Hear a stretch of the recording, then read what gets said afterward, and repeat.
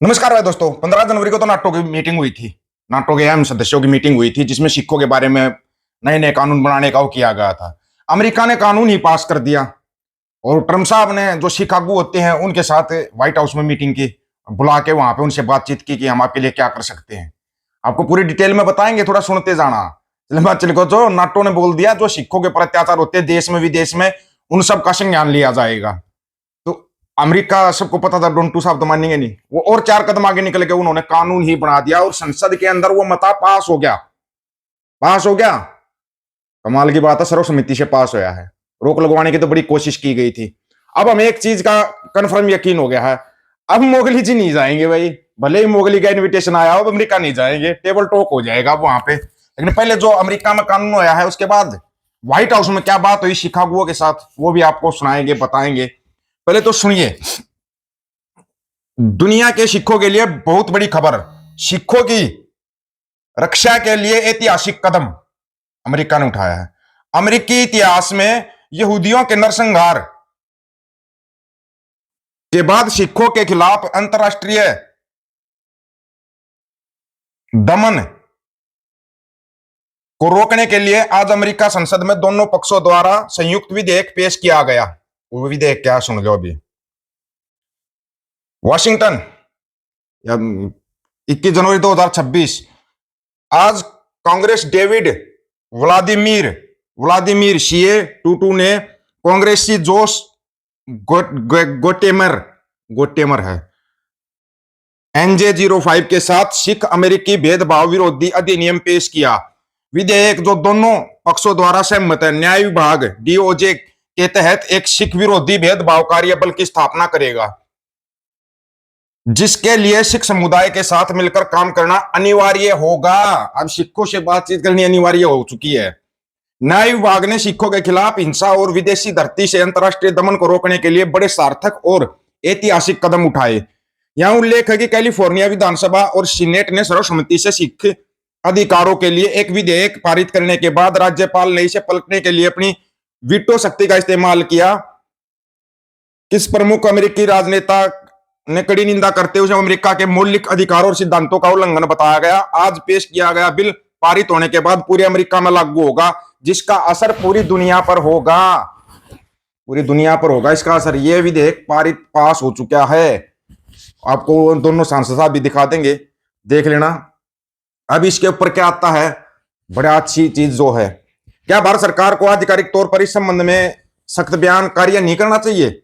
नए world order के साए में सिख अमेरिका में दोनों पार्टीज डेमोक्रेटिक और रिपब्लिकन एक बहुत ही पावरफुल और historical bill 6 American anti discrimination act पेश करने के लिए एक साथ आई। यह सिर्फ एक बिल नहीं है, यह हमारी सुरक्षा, सम्मान और आजादी के लिए एक मजबूत ढाल है। कहीं सोच जाओ। कांग्रेसी, ये आपको बता दिया था। इस बिल से क्या होगा वो भी आपको पता होना चाहिए, बहुत लोगों को तो ये नहीं पता होता अब इस बिल से होगा क्या।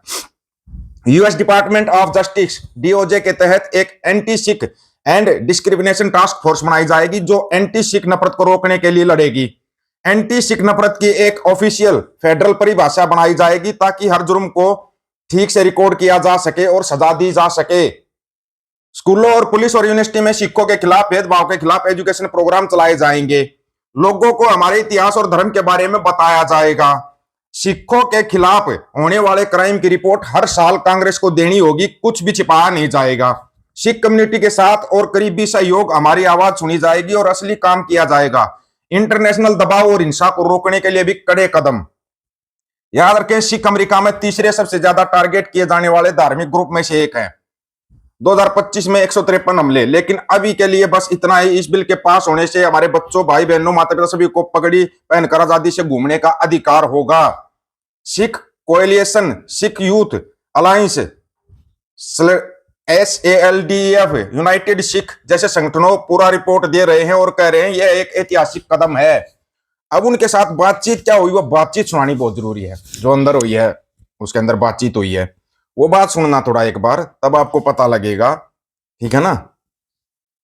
ये तो सुनना जरूर एक बार, अंदर क्या बात हुई। दुनिया के हर कोने में जारी है। मैं तो सोची थी जिन्हें भी सोते सुन रहे ने ਉਹਨਾਂ ਸਾਰਿਆਂ ਦਾ ਧੰਨਵਾਦ ਕਰਦਾ ਜੀ। ਤੇ ਜਗਜੀਤ ਸਿੰਘ ਜੀ, ਤੁਹਾਡਾ ਕੁਐਸਚਨ ਜਿਹੜੇ ਨੇ ਜਾਂ ਆਪਾਂ ਇੱਥੇ ਅੱਜ ਆਏ ਆ ਕਾਹਦੇ ਕਰਕੇ ਆ, ਬੜਾ ਵੱਡਾ ਕੁਐਸਚਨ ਹੈ।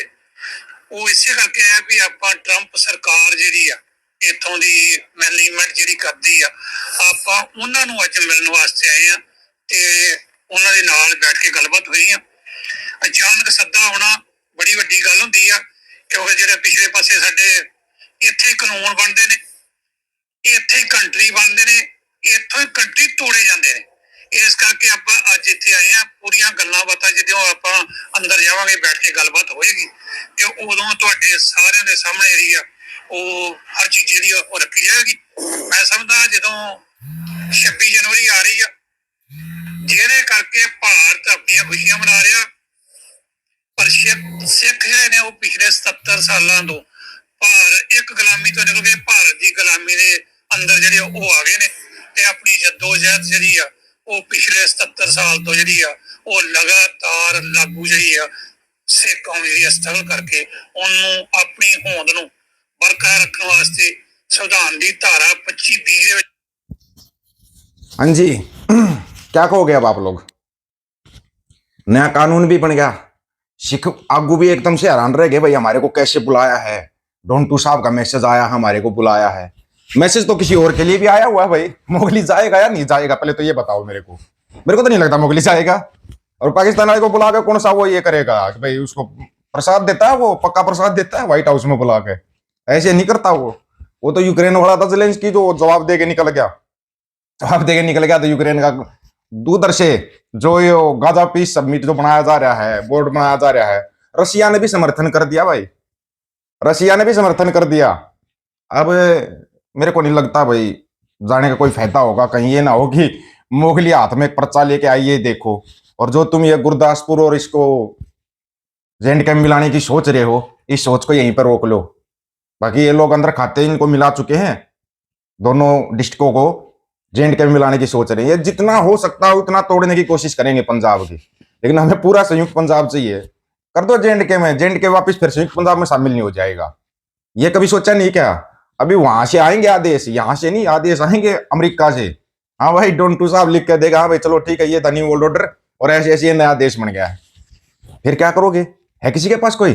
अब तुमको ये कानून पास नहीं हुआ, जाओ जाके ना वाशिंगटन डीसी की पोस्टें देखो, वहां के इंटरव्यू देखो, तब तुम्हारी समझ में आएगा कौन कौन से कानून पास हो गए और क्यों शिकागो को बुलाया जा रहा है। ना ना ना ना ना, 47 वाली गलती मत कर जाना, गलती से भी किसी के बहकावे में मत आ जाना। पहले बता दिया, मामला बड़ा हो चुका है, ये बहुत बड़े लेवल पर जा चुका है ये मामला। कहीं सोच रहे आप छोटे लेवल का मामला ये है ही नहीं, इतना याद रख लेना।